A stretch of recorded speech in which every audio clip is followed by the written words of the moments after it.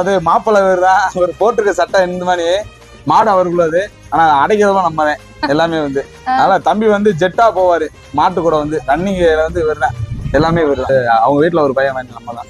அது நம்ம வீட்லயும் அந்த பையன் ஒரு பையன் மாதிரி. அதனால விட்டு கொடுக்காம அந்த பையன் மாடு கூப்பிட்டா வந்துருவேன். அது நமக்கு வந்துருவாப்புல.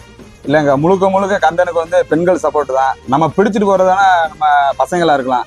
வீட்டுல வந்து பகல்ல இருந்து நைட்டு வரையும் அந்த மாடு சாப்பிட்டுச்சா சாப்பிடலையா அப்படின்னு முழுக்க உட்காந்து பாக்குறது வந்து எல்லாமே.